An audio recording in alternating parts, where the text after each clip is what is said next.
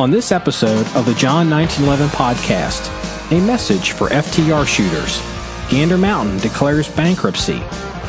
Selling completed 80% lowers. Fake Glock magazines. And hunting in the UAE. Okay, good morning, everybody. This is Marky and Freeze, and this is episode 55 of the John1911 Podcast. How was your night, Freeze? Pretty good. You sound pretty chipper today. Yeah, it's not bad. The weather's warm and, everyone's kind of behaving themselves. Oh, yeah, it's, actually, the weather's really nice. I'm real impressed by it, so. Yeah, and, surprisingly enough, I mean, they got all their craziness out of them earlier in the week, so they're kind of, behaving themselves at this point in time, so. Yeah, there were a lot of shootings, weren't there? Oh, yeah. Yeah, man. What was it? Monday night? What is today? Today's Wednesday? Today, is it? Yeah, I guess it is Wednesday. Yeah. Monday night. Oh my God. It was shooting after shooting. It was crazy. Yeah, but hey, it happens. Yeah, so it is what it is. Yeah, hey, good for them. Couple procurements, the thing is, most people don't realize that when these gangbangers shoot each other, most of them don't die. They shoot each other in the legs, they shoot each other in the junk, Yeah, a lot of them shoot each other in the ass. That was the big one for a while. Yeah, because they don't want to kill the other person. They just want to shoot them. So, so a lot of these shootings, don't involve a fatality. It's just a shooting. Yeah, they don't want to catch that death penalty case. They just want to, fight for that street corner. Well, yeah, exactly. So, but occasionally, a femoral artery gets hit because, being shot in the ass, there's some major arteries running through your butt cheeks, Oh, yeah. I mean, you hit the wrong, it's the arteries that go into your legs, so. Oh, yeah. So, occasionally, we get a bleeder. And, but yeah, for the most part, it's actually been fairly quiet couple of days. Monday was a little crazy, but the past couple of days have been fine. That's good. I mean, it's been so much going on. So I get, what, we're going to go ahead. We're kind of winging this one this morning. We're going to go ahead and start this one off. I sent you a video this morning. We're going to publish later today, talking about the F-class shooters or FTR class shooters.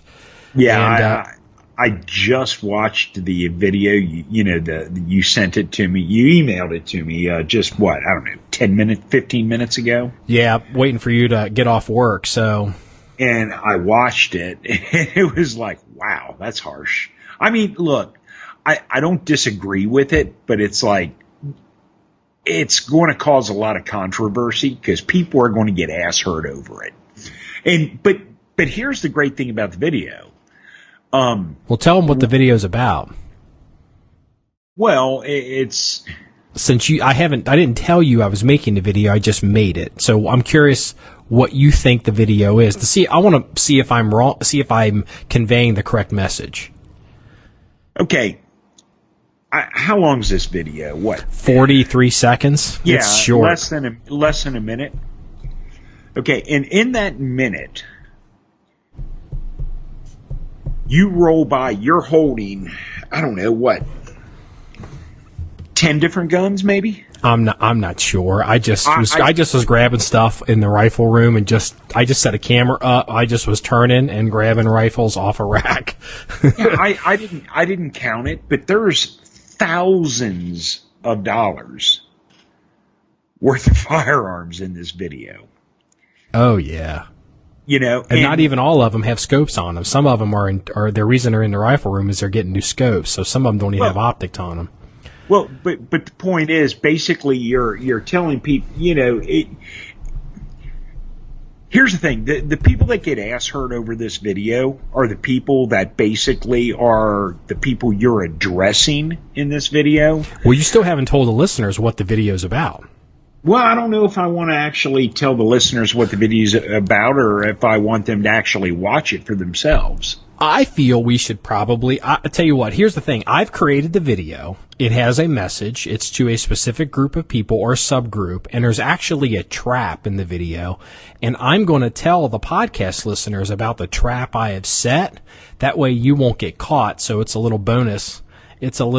So, you don't, so you know to look out for that I'm setting a trap. Here's the video.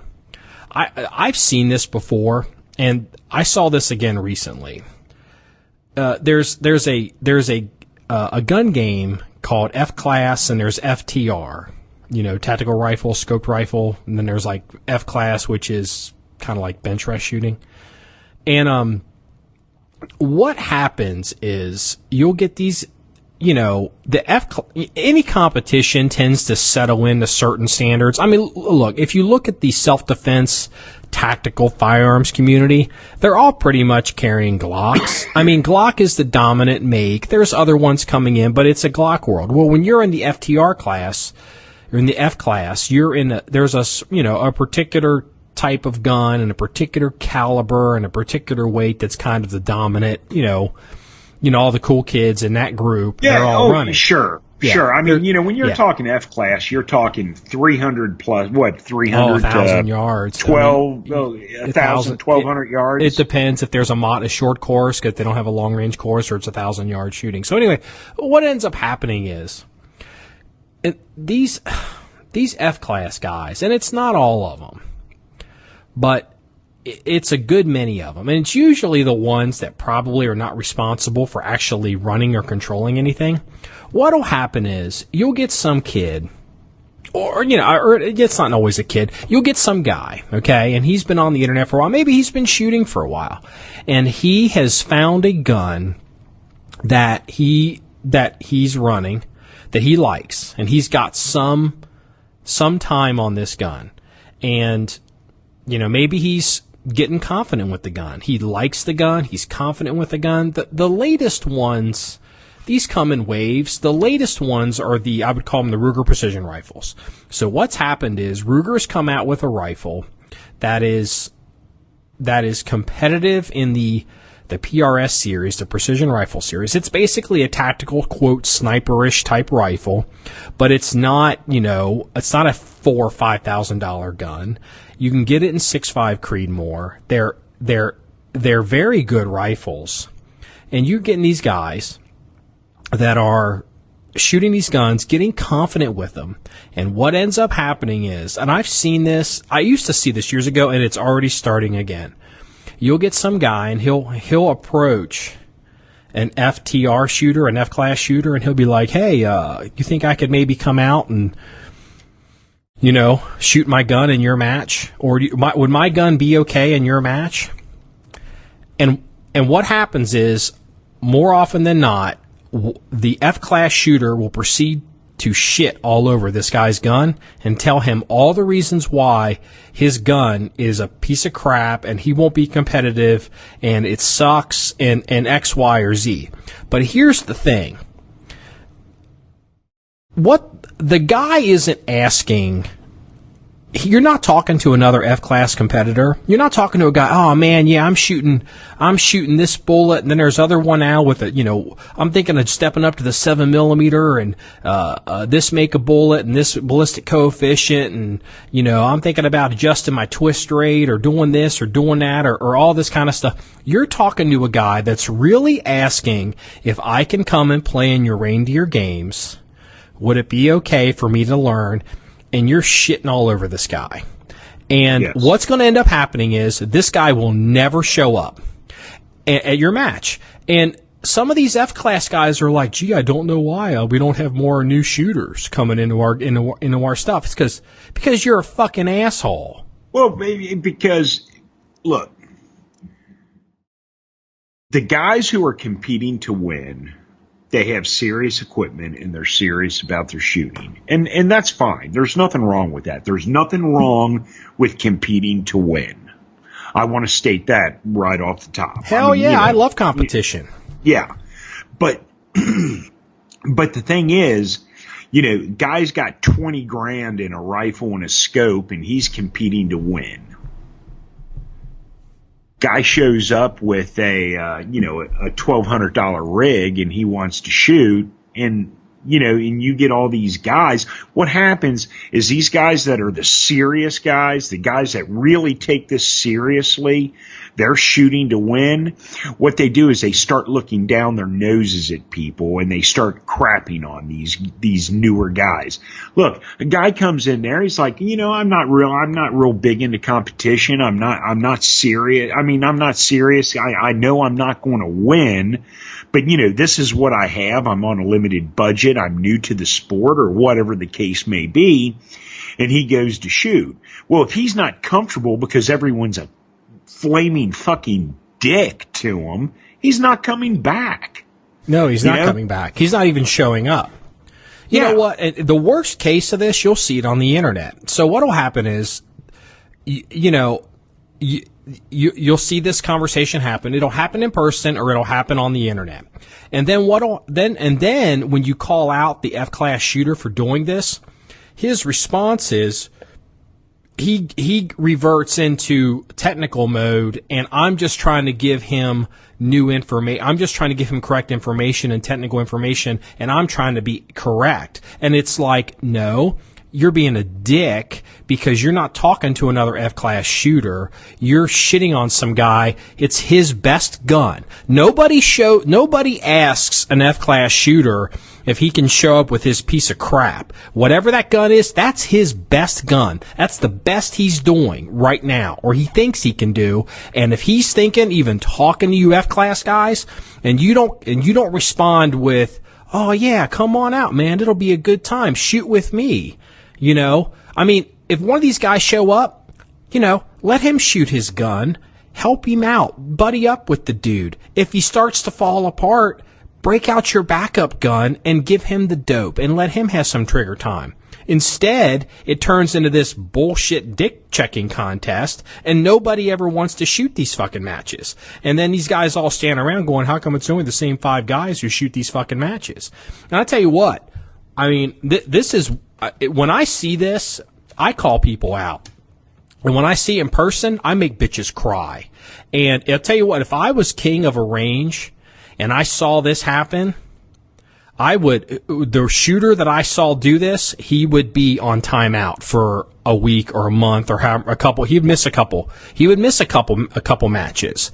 And if he got all dickish about it, and maybe he was their number one shooter, or maybe he was the match director, I would shut the whole fucking match down for goddamn 2 or 3 months. And if they even still got to be dicks about it, I'd shut the whole goddamn match down for a year.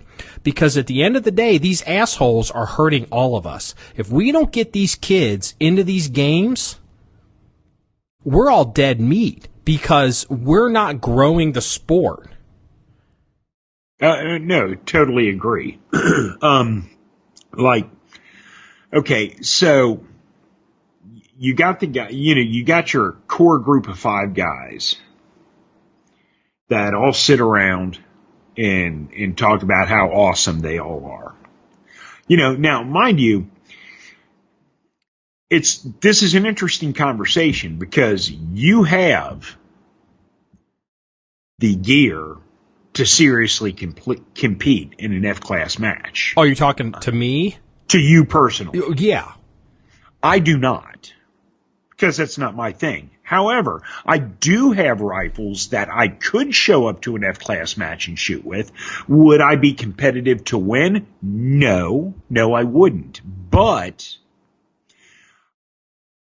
the thing is, if I wanted to go out and have a good time, I could grab a rifle out of the safe, and I could show up and I could shoot. Would I be competitive to win? No, I wouldn't. But I would still have a good time, unless all these other assholes were jackoffs. Well, I would even take it even further. Okay, this is where these top level competitors, and you know what? Here's the thing. It's never the top level competitors. Very rarely is it truly the number 1, number 2, number 3, like national shooters. It's the insecure guy who's the big fish in a small pond in his little fucking world, and he's shitting on the new guys. And what he does it, he's being a selfish bastard, because here's why. Look, let's be real. You and I show up at an F class match, FTR match, and let's say there's 100 other competitors. We both show up with, I don't know, just for argument's sake, so it makes sense to people listening that don't know anything about this. Let's just say it's Winchester Model 70s, scope rifles, deer rifles, and 270. Now, there's people out there rolling their eyes, but it's not. This is an easy point. You and I are shooting this match. We're not going to win this match. We're not going to finish in whatever. But you know what we're trying to do? You and I are going to try to beat each other. Or what we'll do is we'll find someone back in the pack and be like, oh, yeah, we can beat that motherfucker. He has no idea, like number 47, we're trying to frickin' beat him. Or maybe we're just trying not to be number 100, the 100th shooter. We want to be 99 and 98. You know what I mean? Competition is competition. You can make your own game. So we show up at one of these matches. And for the sake of this example, we're both shooting Model 70s. I have 2 goals. My first and foremost goal is not to finish dead ass last. My second goal is to beat you. Of course. Now, yeah. Now, will I beat you? Hold on. Will I finish? Can you hear me? Hold on. You kind of broke up there. Go ahead. Okay. Will I beat you in this match? I don't know. Maybe I will. Maybe I won't. Will I finish dead last? I sure as hell hope I won't. But you know what? Maybe I will. But here's the thing. At the end of the day, let's say I finish dead ass last. There's 100 guys shooting this match, and I'm number 100 because someone's got to be. Someone's got to be. I'm number 100.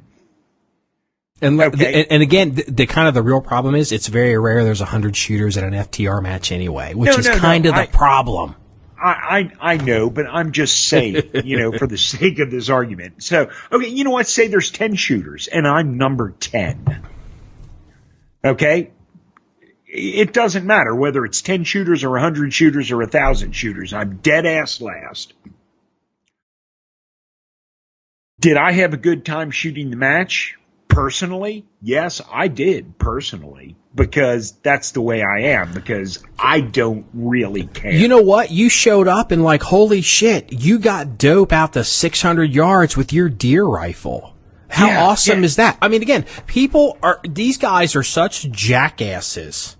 The difference here is, do you show up and do you have a good time and do you feel like you can be part of the club? But then you got these guys that are like, this is my tribe and I'm in and you're out and fuck you. And it's just, I hate, it's really bad on the internet. You'll see these fucking groups, or like it's just like goddamn gun forums or some of these groups on Facebook. Oh, are you vetted to be here? Oh, yeah, seriously, I love that. When I see a post or something on the internet where it's like, hey, can anybody give me any vetted people that make this, or vetted people or that make that, or vetted information, or vetted. I love that word vetted. And it's like all these fucking bullshit civilians sitting around jacking off each other, pretending that they're special. And it's like, I back the fuck out. I mean, it's the same elite fancy bullshit. Well, let me tell you something. You know who has the best time at competition matches? That would be the rock and roll guy up in Detroit, probably. What's his name? No. What's that guy's name? Hell, I don't know. Yeah, the hunt. He's from Detroit. He's probably going to die of freaking cancer from drinking. You're talking about Ted Nugent. Yeah. No. Let me tell you, who has the best time at competition matches? And I'm a Milsurp guy from way, way, way back. I mean, that's what I deal with. Yeah, you deal with the modern technical tac rifles. I deal with milsurp. To the new listeners, I'm the tactical mall ninja guy, and you're the milsurp kind of hunter guy. Well, the guys who have the best time at competition are the milsurp competition guys. What they do is they set up steel targets. You know, you've got rams, buffaloes, cows, deer, turkeys, whatever. They want to cut the AR-500 armor steel into whatever animal shape they want, and they set them up at different yardages. You know, 50 yards, 100 yards, 200 yards, up to 1,200, 1,500 yards. Some of them are 1,500 yard range, targets. And what they do is all these guys show up and they all have milsurp rifles. Now, the guys that are real serious about it honestly show up with freaking Swede Mausers, because oddly enough, a Swede sniper M41B makes it into the video that we discussed earlier. Yes, it does. But and those are the guys that are real serious, because out of all the milsurp rifles, those are pretty much hands down the most accurate and the best. But guys show up with Russian Mosins, they show up with M1 Garands, they show up with Enfield snipers, but basically they show up with their milsurp rifle. And they shoot at these steel targets at different ranges, and it's not serious. When I say it's not serious, it's not like F-class serious. These guys, some guys are shooting like Swede Mausers with hand loads, and they're serious into it. They're in it to win it, and that's fine. But a lot of guys will show up. Hell, they'll show up with an M1D sniper with milsurp ammo, because they're just there to have a damn good time. Let me tell you what, I've been there with an M1D years ago, back in the 90s, and that particular M1D was a wreck. I took it to a guy who was a world renowned M1A and Grand gunsmith, and he was like, I would sell this thing. Yeah, but that's not the point. I know. The point is, these military matches that these people shoot they're fun matches. Yeah, you can be serious about it. Don't get me wrong. I mean, you can be very serious about it. You can be in it to win it, and there's nothing wrong with that. Compete against yourself. Do better than you did last time. Exactly. But the difference is, you get into these, F-class matches where if you want to be a serious competitor, you're shooting 6.5 Creedmoor, you've got this, the F-class, they're shooting like 7mm. They're shooting shit that most people aren't even. Yeah, exactly. I mean, they're all hand loads. I mean, look, I got a buddy of mine who shoots like a lot of unlimited stuff, and I mean, he's a big bench rest guy, and I mean, he swags his own freaking bullets, and for every one bullet he swags to shoot in competition, he probably throws away 25. And I'm not kidding. I mean, he buys cords, spools of lead wire and copper jackets and swags his own. I mean, these guys get super crazy. But this is also a guy that, when I say he'll shoot a one whole group, he's not shooting a clover leaf. When he pulls his target in, there is literally one hole in the target, and 5 rounds went through that hole. But I mean, he's super, super, super competitive, and he goes to that level. I'm not talking about that. I'm talking about you get these guys that shoot F-class, and they got $5,000, $6,000, $8,000 in their scope. That's great. But when you get into like the milsurp competition, man, it's okay to show up with a rifle that you got $500 or $600 into, and you can be competitive with a $500 or $600 rifle. Well, it's another example, I guess, I can give of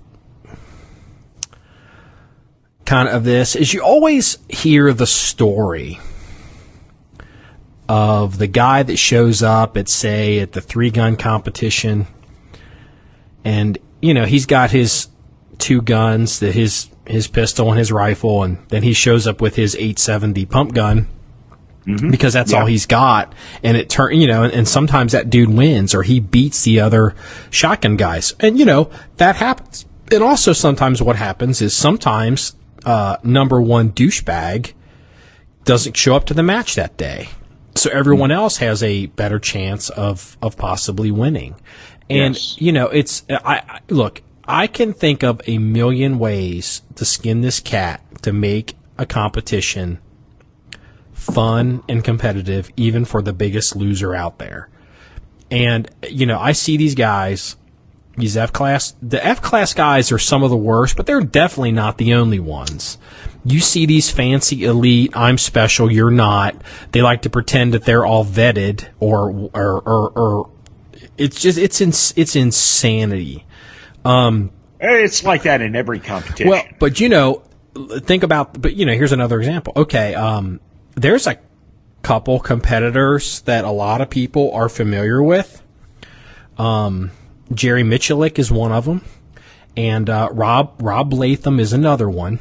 Yeah. Now, those are not the only 2 guys or gals that are on the competition circuit in various games, but they are consistently 2 of the nicest people. Okay, let me tell you as opposed to being like fancy dickheads. Let me tell you something about Jerry. Jerry he's probably one of the fastest guns out there. There's a few guys like revolver guys that are younger that are coming up. But the thing is, you don't ever hear about these guys because 1, they're not him, and 2, it's a lot of it's personality. Well, Jerry is the nicest freaking guy you would ever want to meet.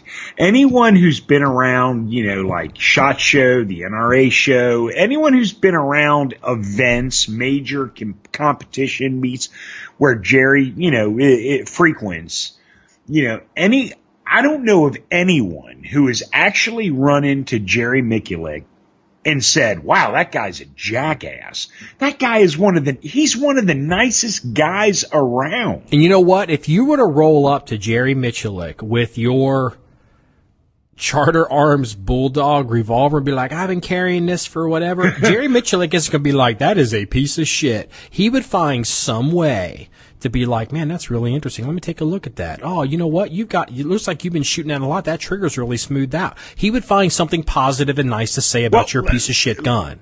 Let me tell you something about Jerry. He would take your piece of shit Bulldog revolver and run it faster than you've ever run it in your life. Because he's 1, that good, but 2, this guy, look, anyone listening to this podcast, and I don't know, there might only be 1 or 2 people listening, or, you know, who knows? I got news for you. There's a group out there that is stealing our podcast, publishing it on their network, and running commercials against it. They just don't know that I know it. And are we getting paid for it? Are we getting paid right now for it anyway? Are you making money right now doing this podcast? This is our side hustle, bitch. Stop. No, hell no, I'm not getting paid. You know what? I'm having fun. We'd be having this conversation anyway. We're just turning on the microphones. I'm not shooting guns right now because I'm talking to you, but I'm having fun, and yeah. But look, the truth is, anyone who hasn't met Jerry, I strongly suggest if he's ever in your area and you're a gun guy, just go out and show up and just kind of weasel your way in to meet him, because he's a real friendly guy. He's a hell of a nice guy. He's kind of like that Hickok 45 guy on YouTube. Just don't show up at his house unannounced. Apparently, yeah. Have you seen that video? You know what? I don't know who sent that to me, but yeah, I have seen the video where I guess Hickok had to put out a public service announcement basically telling these kids, don't show up at my freaking house unannounced. And, you know, and these kids, they show up and they're like, man, you're a dickhead. It's like, well, look, these kids find out where he lives. I think he lives in what, Tennessee? You know what? I don't even want to contribute to the cyber stalking of that poor man. Well, anyway, these kids show up at his house and he's just like, what the fuck are you doing here? And they're like, oh, he's such a dick. But a lot of them bring guns. They're like, hey, can I shoot? Hey, let's go shooting. You know, but like the truth is, if like you're at a gun show, and like if you're at the NRA show and Hickok 45 is being interviewed and you walk up and, you know, want to talk to him, he will stop the interview and talk to you because you're a fan and he's all about fans. But don't show up at the man's house unannounced because, well, one, it's rude. And two, you know, he's got a life just like everyone else. Yeah. You know, I've never met him, but he seems like a pretty decent guy, and he seems pretty, you know, I mean, like he's just having a good time, enjoying stuff, and I admire that about him. And you know, because the truth is, Hickok 45 is living our motto. He's shooting guns and he's having fun. Yeah, the rest of it's bullshit, and that's why our motto, that's why our quote, our company mission statement is shooting guns and having fun. It's not about Tactical Mo Ninja bullshit, Night Elf Mohawk, I'm great, you suck, you America. I mean, it's like, shut the fuck up. You know, I mean, these fucking guys. I mean, you know, I don't know how many, you know, look, dude, I've told this before. I don't know how many people that I run across professionally and personally in my travels that, you know, they are on paper, whatever dream some mall ninja would have, he would like to grow up to be one day. And these guys would give their left nut to be able to have all the time in the world just to shoot guns and have fun, because the reality is being one of these vetted whatever people, you spend more time punching your ticket having to do other shit than just, it's not all about guns. It's not all about doing the cool stuff. You know, language school, communications, frickin', you know, medical. I mean, just people just have no idea, you know, I mean, SWAT officers. How many, you know, I like Viva SWAT officer. You know, yeah, you know, you working 40, 50 hour a week patrolling some bullshit neighborhood where now everyone fucking hates the cops. You spend most of your time doing that, not being a SWAT officer. You know, there's very few departments that have full-time SWAT teams. So, you know, they're really just cops. Yeah, sitting around in patrol cars. They're cops that are on the SWAT team. Yeah. They're not SWAT team and guys. And trying to get them all coordinated to get together and train and shoot and get everything to work out with, you know, vacation wives and girlfriends and freaking department time. And it's a nightmare. Actually, didn't you have about a year or so ago? Didn't you have that exact same situation where you were trying to get a bunch of guys together? And this is a coincidence. You are bringing this up because literally 5 minutes ago, while we were on, I got a bulk email or bulk text for a group of guys. It's the SWAT guys to get everybody up to go to another training facility. They're all snipers, and you know we're trying to work it out for like a month from now, and we're not going to go into any more details than that because we just can't. Yeah, so, it's a fucking pain in the ass. But the point is, you had a pretty big event about a year or so ago that involved, you know, a dozen or so guys that actually fell through because, well, you know, shit happens, and it's just really freaking hard to get everyone together. Mm-hmm. So, so, I mean, appreciate the time you have to shoot guns and have fun. And, you know, don't be shitting on the new guy with his Ruger precision rifle or his Winchester Model 70 or his Mosin. And this is the trap. This is my bonus content for the people listening to the podcast. I have laid a trap in this video that I'm going to post later today. And here's the trap. The video is going to start with, it's already made. It's starting with a Mosin sniper, so it's a Mosin rifle, Mosin Nagant, with a scope on it. The thumbnail will be with a Mosin rifle, the same rifle, Mosin with a scope on it. Yes. The video progresses into bigger, better, badass, more expensive guns. But I am curious how many people, especially on Facebook, will roll in and be like, har, har, har, bullshit Mosin, this guy's a joke, and you can tell they didn't watch the goddamn video. Because I'll tell you what, this is the problem with Facebook. Nobody reads anything. Nobody watches anything. And that's why we're moving away from Facebook. Well, that's why YouTube.com right now, because we're growing our YouTube channel.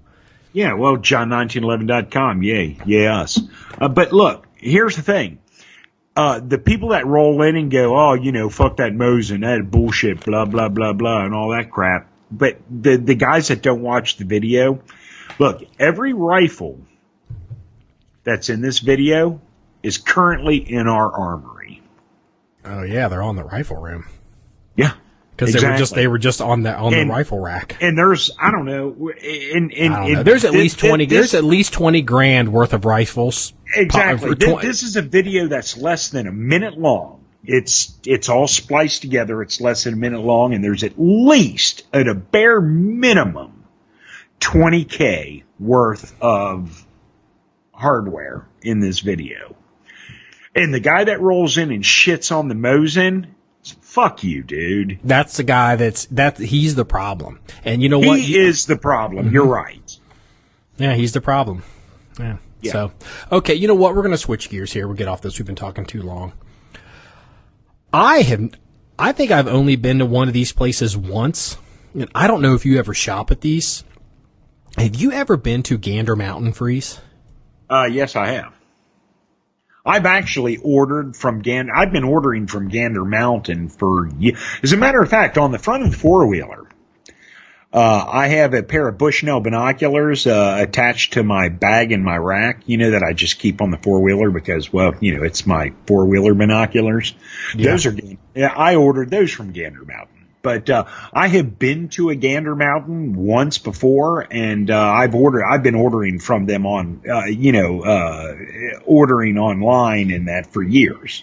I get their catalogs and shit like that. The only time I can recall shopping even moderately seriously at a Gander Mountain was in Texas about a year ago, because we had shot a bunch of pigs and I needed coolers. We ran out of cooler space, so we ran out to Did you buy that Yeti from Gander Mountain? Yeah, I'm pretty sure it was a Gander Mountain. And we paid a fucking fortune for it. Should have got an Arctic. Yeah, I know, but they didn't have it. I mean, the pigs were in the freezer and we had to, bring them, we had to drive 1,000 miles to get them home. And, hey, you got to do what you got to do, and Yeti, look. And I knew I paid too much for the Yeti, but one thing I did know is I knew when I bought the Yeti that it was a cooler that we would use forever. I wasn't going to be like, what a piece of crap. No. Yeti coolers are fantastic. They're some of the best coolers out there. The problem is the guys that formed Yeti did not solidify their patent on it.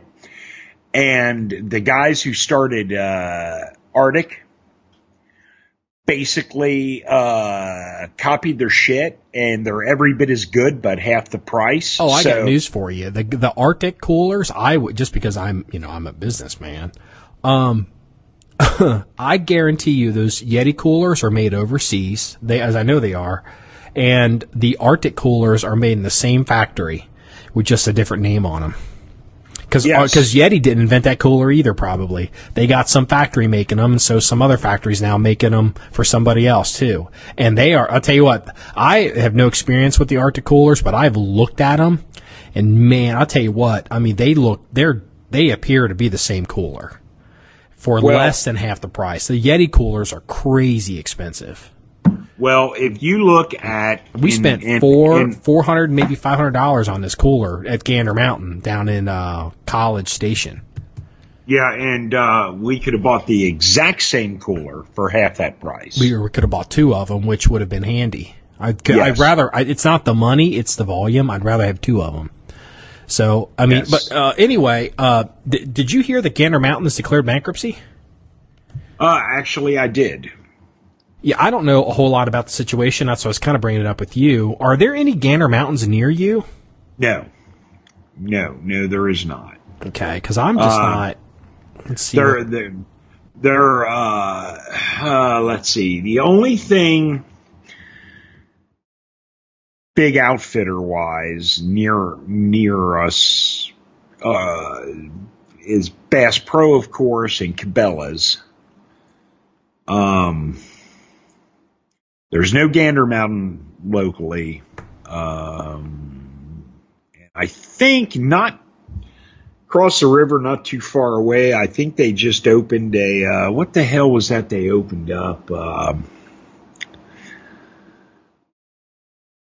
check this out about Gander Mountain. So, the decision to declare bankruptcy comes after Gander Mountain attempted an aggressive expansion of its stores but failed to attract new customers. To date, the sporting goods chain has roughly 160 stores. That's a lot. 60 of which have opened since 2012. They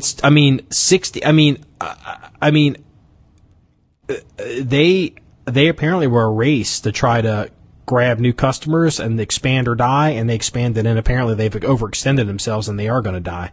I don't know if they're going to just, restructure, close a bunch of stuff and stay open or what, but it's interesting.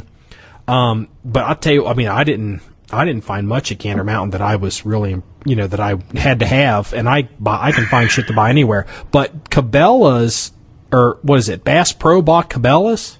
Bass Pro bought Cabela's, but that's just because the original founders, Jim Cabela and his brother, which his name slips me off the top of my head.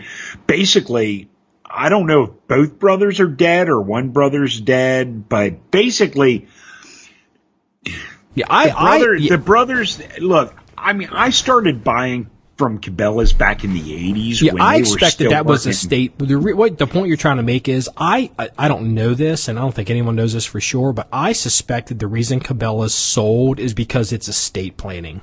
Yes, exactly. Exactly. It's no longer a family business because the founders have passed on and whatnot, and there's going to be a huge tax liability to the government. Yeah, and it's just it's a matter of it's time to move on. That's just the way it goes in business. When both the Cabela's brothers were alive, they ran the business and that was fine. And look, Bass Pro didn't buy Cabela's because Cabela's was going under. Cabela's was a solid company, but when your founders retire or die off, then the board of directors make business decisions that basically benefit them. Yeah, I'm sure that the family has a majority stake, but again, I don't know this, that we have no sources proving this, but again, I'm a business person. I can look at this and I would guess that this is an estate planning issue. Because you'll see, like, sports teams, you have an owner of a sports team, they'll be selling off as they're getting older because they need to recapture some value to pay off taxes for estate planning, to try to restructure stuff so they don't get hammered to death. I'll tell you what, I like Cabela's, and the only reason I like Cabela's is because of the gun libraries. I don't like the Bass Pro Shops at all. Well, look, I shop at Bass Pro Shop a lot. But here's the thing. When I go to Bass Pro Shop, I'm shopping for, I'm buying stuff for my smoker. I'm buying general hunting merchandise. You find some good deals. Actually, I found, matter of fact, my CZ452. I've got a really nice scope I mounted on it, which I'm going to actually, I plan on doing, a write-up for the blog page on it, and I bought that at Bass Pro. You find some good deals there. Yeah, if you know what you're looking for, you can find good deals anywhere. And it's local. It's local. As a matter of fact, I was talking to someone yesterday about this. I need some the smoker we have, the Bradley smoker takes pucks. You know, anyone that's familiar with, I'm not going to get into it, but anyway, I happen to have a Cabela, like a, I don't know, $25, $30 gift card that someone gave me over the holiday, you know, Christmas or something for Cabela's, and I happen to need some applewood pucks for the smoker because I've got some smoking that I'm going to be doing here in the next couple of weeks, and it's like, well, you know what? I'm going to swing up to Cabela's and I'm going to buy some applewood pucks for the smoker because, well, I have a gift card, so what the hell? And I need them. You know, it's one of those things where, look, I mean, there's so many different outfitters out there. You know, Gander Mountain, Cabela's, Bass Pro Shop. I mean, you know, and you can probably name off half a dozen other ones. They're all great. They're all pretty much the same. I mean, you like Cabela's because of the gun library. Hey, that's awesome. Yeah, but, yeah. Every Cabela's, if I'm able to run into it when I'm traveling, I will go in it. I don't, because I mean, all the rest of the stuff is the same. I mean, you know, like all these gun stores, like all these chain gun stores, and they all have the same guns. They all have the same Glocks. They all have the same ARs. I mean, there's, you know, I'm interested in the used stuff. I'm interested in you know, that's where I'm at. That's my thing. So, hey, I want to change gears here. Do you remember when Scott Mayer sent over the article on the 80% lower that you could finish out? I mean, the 80% lower is really a misnomer because there's really technically, according to the ATF, there's no such thing as an 80% lower. Either it's a firearm or it's not. Yeah. I remember the article, yes. Well, a guy, there's a guy who's going to jail for this. Oops. Yeah. I guess he's getting 3.5 years. Ouch. Let me see here. What the hell did he do? Daniel Cronenshield pleaded guilty in exchange for federal prosecutors dropping other charges. Cronenshield, known online as Dr. Death. Oh, no shit. Are you kidding me? No, it's awesome. Hold on. Let me finish. Okay. Dr. Death would sell unfinished AR-15 lower receivers, which customers would then pay for him to transform into fully machine lower receivers using a CNC mill.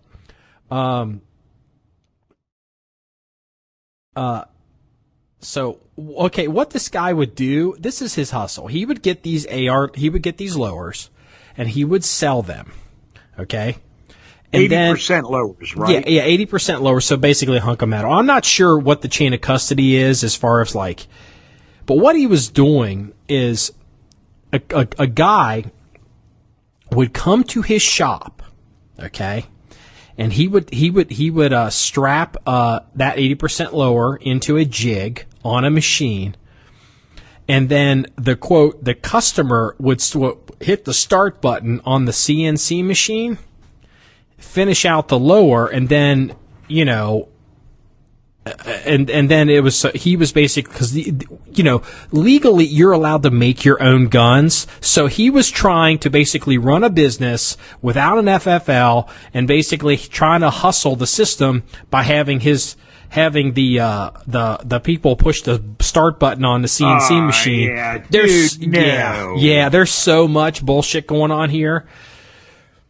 You know, I mean, it's like, oh, wow. God, yeah. I mean, really? Yeah, there's always Dr. Death, David Cronenshield. First off, if his name was Fluffy Kitten, he probably wouldn't be facing 3 years in jail. I'm thinking just the name Dr. Death kind of puts you in a whole different category. Yeah, here's the summation in the article, which you and I both know, because you know there's multiple violations here.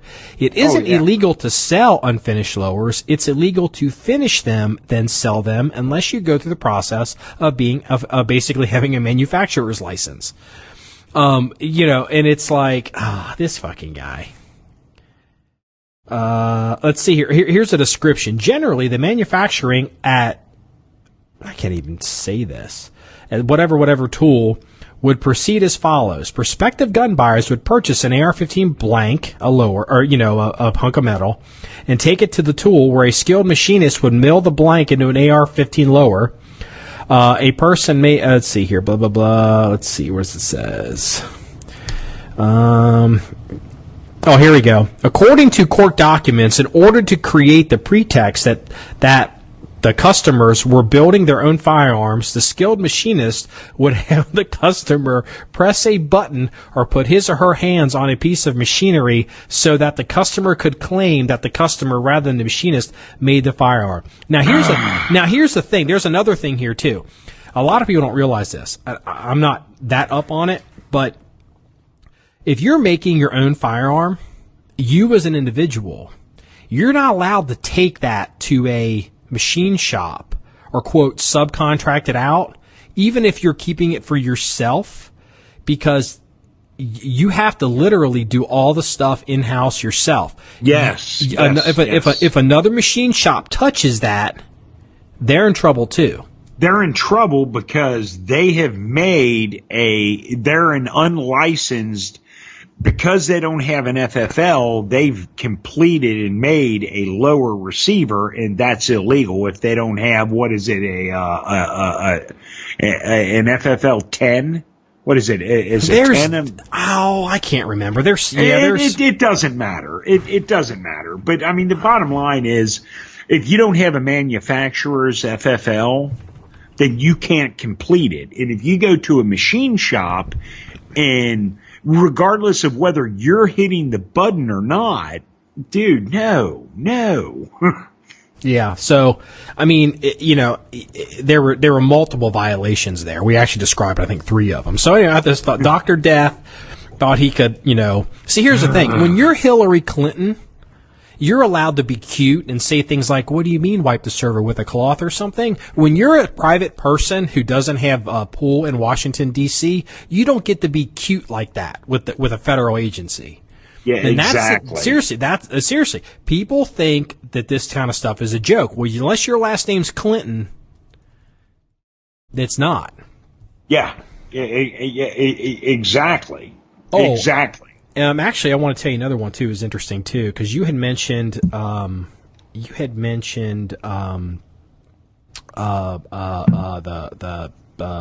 Yeti cooler. You'd mentioned the Yeti cooler patent, I guess it would be. Yes. Let's see here. Let me find this. Here we go. The customs in Savannah. There's a huge port in Savannah. It's not Long Beach, but it's a big port. Customs officials, hold on, now I got a stupid pop-up screen. 2 million in fake Glock magazines seized at Savannah port. Hold on. Whoa. Run that by me again? 2 million in fake Glock magazines seized at Savannah port. So, let's see here. What do you mean by fake Glock magazines? U.S. Customs and Border Protection photo. Are these magazines that'll fit into a Glock that are marked Glock that are counterfeit? Yeah, they're counterfeit. Are they just aftermarket Glock magazines? U.S. Customs and Border Protection at the Savannah Port of Entry inspected a container of manifested firearms magazines and discovered 591 cartons of pistol magazines bearing the Glock trademark. So they actually had the Glock name on them. The importation of the magazines with the Glock trademark on the packaging was found to be unauthorized and in violation of registered trademark, said Mark Varga, Customs and Border Patrol spokesman. The company was given the opportunity to make alterations. However, alterations were not completed and the shipment was seized for violation of the Glock trademark. The pistol magazines have a MSRP retail of $2.1 million.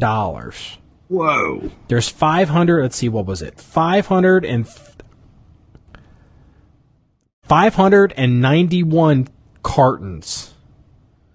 And how many per carton? I can see, let's see here.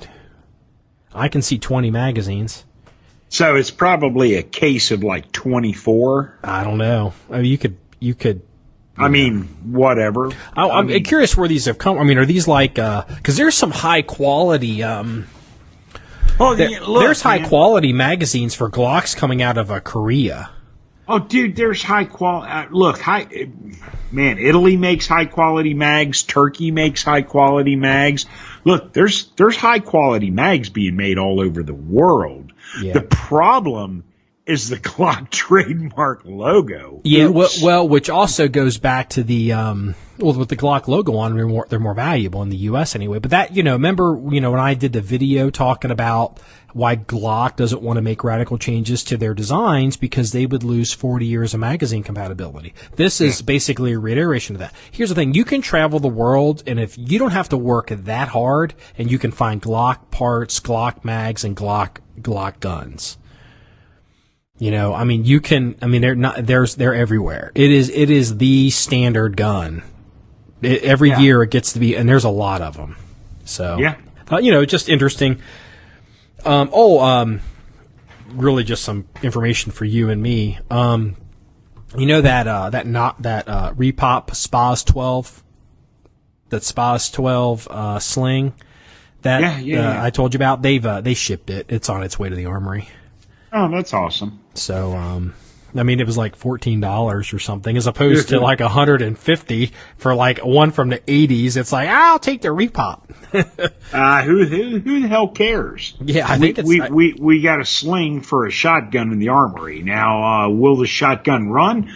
Hopefully, once we get some decent parts for it, maybe it will. Yeah, I'm going to have to take it apart. Like, actually, I have to break it all the way. The buffer, I did find some sources for some buffers, and I just got to break the gun apart to figure out what kind of buffer's in it, or someone's going to have to. So, because you can't. There's two types of buffers out there. There's like an old version and a new version, I guess. I don't know. Hey, whatever. Look. At the end of the day, who cares? Yeah, who cares? We'll get it running. It's a Spaz 12.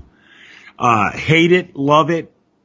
Don't give a shit one way or the other. It doesn't matter. It's a shotgun in the armory that we're going to be running. You're going to be seeing videos of it. You're going to be seeing write-ups of it, and it will be running. It'll be running like a champ. We may have to put a shit ton of money in it to get. It's actually, dude. It looks like it's almost unfired. I'm telling you what, this thing is like mint. Look, the only reason we have this gun is because I run across one like every 5 or 8 years, and I never remember how to goddamn even open the things. I mean, they're just, to me, I literally stand there looking like a monkey humping a football, because I'm just like, I don't see them enough, but they're so popular with they're so popular now with the kids that these guns show up, and it behooves you to know how to operate one, just to, in case you run across one. Hey, look, the bottom line is, if you have a Spaz 12, set it on semi-automatic and just go about your day. Don't even try to fuck with the pump on it. Look, it doesn't matter. Look, is the gun a huge douche factor? Yeah, it is. But so is the Pepper 12, and we've got 2 of them in the armory. Yeah. But look, it is what it is. Love it because it's a Hollywood staple. I don't know. I don't care. I've never even seen that movie. Me actually, or the I guess it's Jurassic Park. I guess is what all. Yeah, I haven't seen. I actually have not seen any of the Jurassic Park movies because, frankly, I don't give a shit about dinosaurs. But whatever, it doesn't matter. It's a Hollywood staple, and that's fine. We have one, and we have it. So guess what? We're going to be running it, and there's going to be some videos of it. There's going to be a lot of videos. There's going to be write-ups on it. We'll talk about it on future podcasts because we have one. And since we invested the money in buying one, we're going to capitalize on it. That's the bottom line. You don't have to like it. You know what? Hate it. If you hate it, and you see us do a write-up on the John1911 blog site, John1911.com, go ahead and make a comment in there and tell us how much you hate this gun and why. Yeah, if you show up at like you show up at your local gun school or tactical class and they're doing shotguns and you show up with a SPAS 12, you're going to have a long day.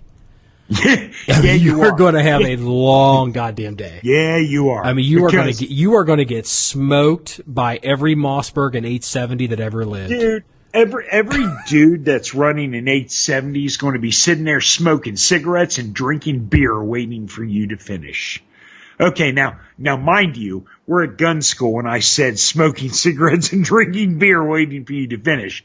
That tells you how bad you're going to get smoked. Yeah. It makes, because look, one of the big problems, there was a couple of problems. One of the big problems with that gun is, because I've been playing with it, is the lifter, the loading gate. You have to push a button. You have to push it or hold it to be able to reload it. So you just can't drop shells into it. You gotta, basically, you push a button, you have to hold a button down, and then, load shells into the tube. So it's hard. So the top off this gun, like if you're running it and you're starting to run dry and you got a half a second to drop a few more rounds in it, that's where you get fucked on this gun. I would be real curious. Maybe we could do a little Bubba Armory, and I would see if we couldn't. I'm curious what else that button is connected to. If maybe we should deactivate that feature, and that would change that gun enough that at least you'd be able to load it with everybody else. Because you literally have to have three hands to load the goddamn gun. Because you can't load it. You can't, if you're holding on target and you want to dump rounds into it, you can't load it. You have to flip it upside down and hold the button. Well, but you know what? Everything we've sat here for the last 5 minutes and we've shit on the SPAS 12. Yep. You know what? Let's learn it. Let's develop it. Let's prove ourselves wrong. Let's find out that, hey, you know what? If you do this, this, and this, you can compete with an 870 or a Mossberg 500 or a 930 or whatever the case may be. I'll tell you what, I told you, we were talking about that JM 930. Dude, that looks like a tight freaking shotgun. You're breaking up. That JM 930 looks like it's a tight shotgun. I have zero experience with the JM 930, but I am really, really looking forward to getting a JM 930. Mind you, not a Mossberg 930, a JM 930. Yeah, we gave a 930 away on a gun giveaway, I think, to a kid in Texas. Yes, we did. But I am looking forward to getting a JM, mind you, a JM 930 into the armory. I'm really looking forward to it. Because, one, we will get one eventually, but two, man, I tell you what, I've never fired one, but everything I see on it, damn, man, it looks like it's a neat gun. The thing that that appeals to me is apparently the 930 has and this is what they advertise, and this could be horseshit. They advertise that the gas system self-regulates. So for low power rounds like birdshot, it will open itself up, so it'll cycle the birdshot. Then for the full power rounds, it'll change the gas so it cycles them good, doesn't beat the gun to death. Like, for example, the SPAS 12, they're notorious on semi-auto, if you want to run birdshot in them, that they don't cycle. Whereas the JMs, apparently, they claim it self-regulates. But I want to end this because I know you're tight on time, and we're about at an hour freeze, so let me go ahead. I want to end this on two positive notes. One funny and one interesting. I don't know if you remember, there was a guy on the SPAS 12, there was a guy showed up on Facebook. We had talked about it. A guy showed up on Facebook. He's a cop. I guess he's retired now. And he was down in, Alabama or Mississippi, somewhere down there where Katrina basically wiped out his house. Yeah. It wasn't in Louisiana. And he actually said back in the day, he was with a small department, that he had a SPAS 12. He said he carried it as his cruiser shotgun. And he's like, when I'd whip that gun out, the bullshit would stop because everybody recognized him from the movies. And I asked him, I was like, did you run it on pump or semi-auto? He's like, I left it on semi-auto. And I'm like, yeah, there you go. So look, for all the Spies 12 guys out there getting all ass hurt, that's a good story. Just like you're like, hey, look, armpit, Alabama, and some guy whips out this Italian Spies 12 and get the fuck on the ground. Now one more thing. This is a hunting thing, so I really wanted to tell you this because I'm interested in doing this. Would you go to the UAE to hunt? No, fuck no. Fuck no. I love the UAE. So anyway, no, fuck the UAE. I know, them. dude. There's so much money over there. It's like, you know what? It's like Beirut in the 60s and 70s. Yeah, well, even in the the early 80s. 70s before it got all crazy. No, fuck the. Look, the truth is, 50 years from now, the UAE will be just another big fucking desert town where archaeologists will go in there and look at the skyscrapers. Well, like some civil war break out and they'll destroy that. They'll destroy, the big city over there. So anyway, all right. Look, the UAE at one time, Lebanon was the Monte Carlo of that. That was the point. Beirut was the Paris of the Middle East. I mean, Beirut was the place to be. And a lot of kids today, like guys our age, dude, we remember God. I mean, Beirut in like the late in the 80s was like fucking Baghdad. I mean, it was like you went to Beirut to die.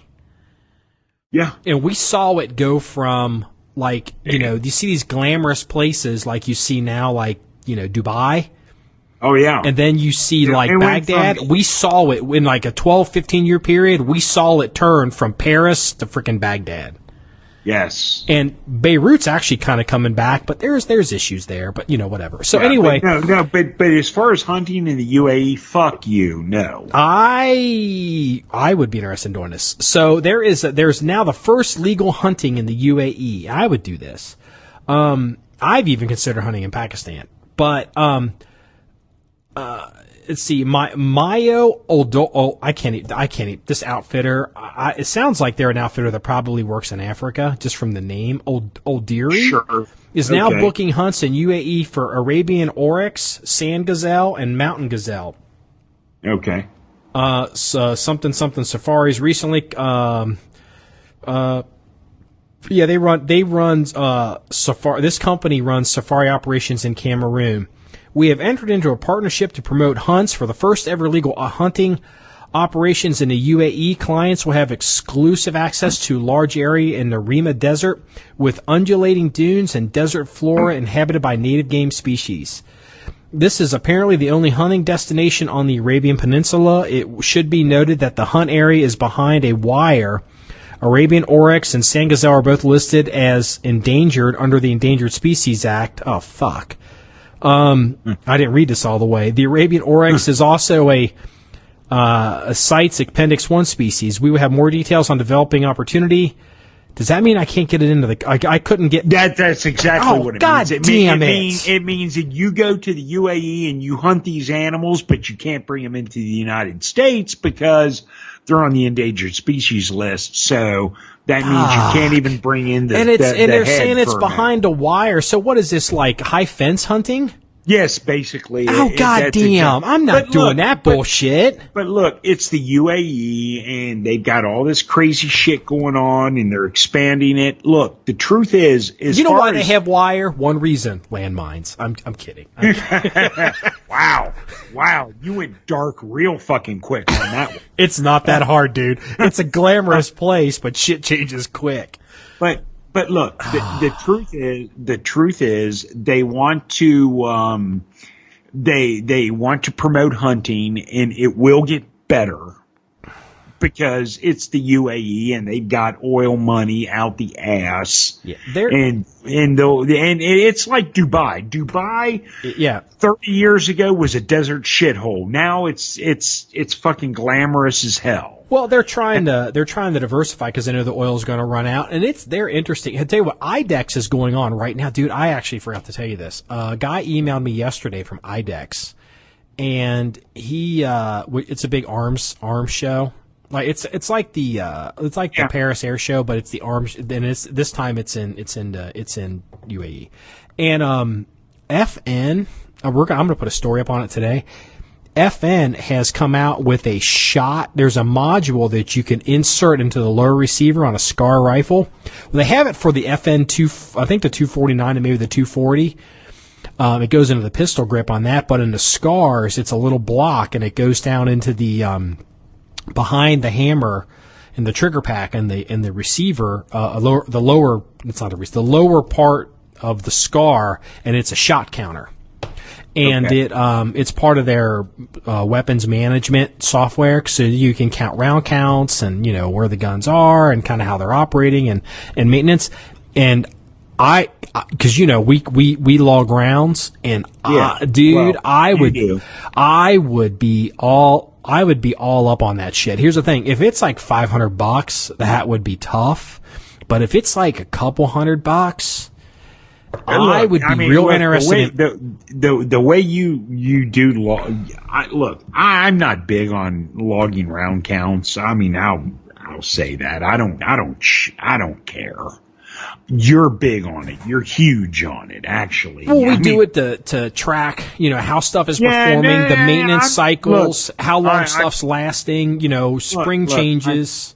I'm not making a statement on the benefits or whether you should or shouldn't do it. I'm just saying that from your point of view, if this is an affordable, it's FN. Affordable is, you got to scale that one a little bit, dude. That's going to be tough. I know. It's FN. It's going to be goddamn $1,000.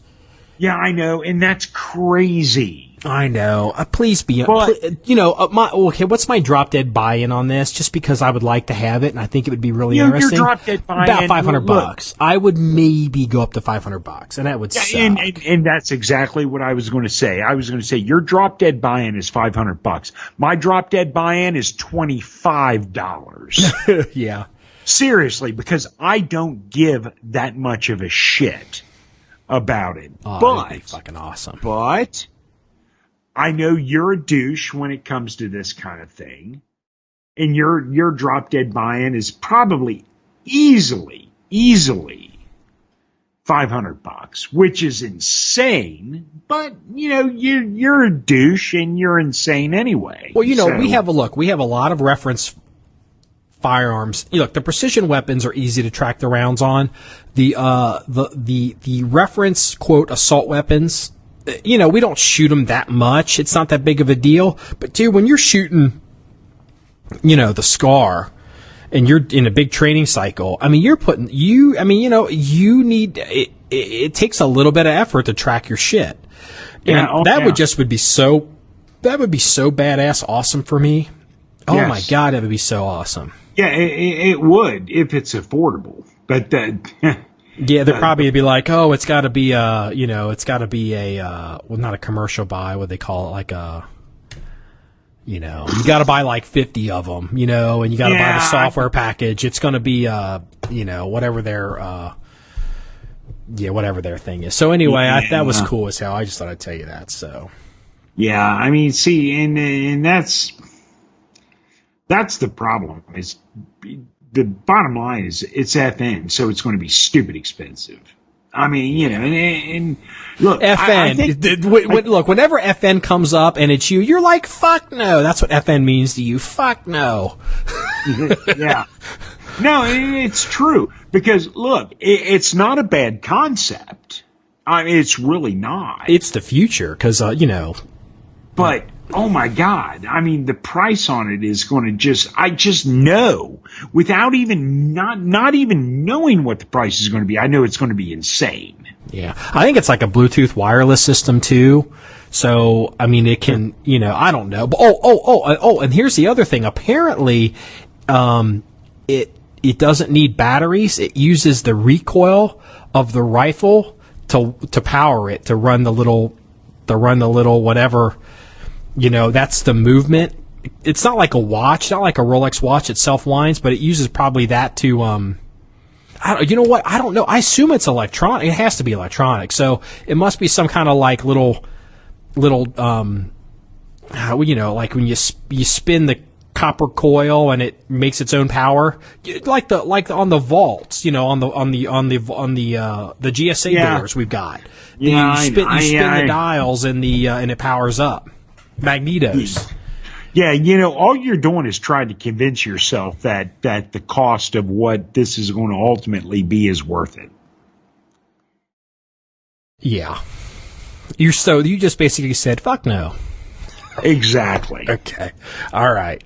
All right. I mean, so apparently you're not going to the UAE to hunt, and at least you're kind of on board with the FN shot counter. So I'll take that as a win. That's positive. You know what? I'm totally on board with the FN shot counter if it doesn't cost more than $200. Yeah, I'm going to have to ask Scott on that hunting thing, because Scott, he works at Safari Club. And sure. He's going to have to explain, because I'm not going anywhere to shoot something if I can't bring it back and hang it on the wall. Yeah, you know what though, and he would probably know the inside detail to that, because the big thing on that is it's an endangered species, and if it's endangered, I don't know this for a fact, so don't quote me on it. But if it's endangered, and if it's on the endangered list, I'm thinking the odds of you being able to get the mount back into the United States to have it, taxidermied and mounted, I don't know if that's possible. I mean, maybe it is, and Scott would probably know the answer to this. Well, that's the big kick on hunting polar bears. Because here's the thing: the polar bear stuff is so out of control. Oh, you can't bring it in. Yeah, I know a guy who matter of fact, we call him Bear Hunter, because he's an old ex-Green Beret, and he has 10,000 acres in Canada. That he's a bear guy. He's leased 10,000 acres from the Canadian government to run bear hunts on. And he's an outfitter. Yeah, he's an outfitter, and that's fine. He has a polar bear that he shot, not up where he leases, but he went up and hunted a polar bear. And it is, when you go up there to Canada, the town is called Wawa, strangely enough. That's where you travel to, and you meet up with him, and then he takes you by boat up to his property that he's able to hunt on. But anyway, the bar that he hangs out in Wawa has a stuffed polar bear, and it's his. Because why is it in the bar? Because, he can't bring it home and put it in his house. Yeah, and that sucks. Yeah, it sucks. But you know what, though? But from a business point of view, it's not a bad deal. Because this is where you meet him to...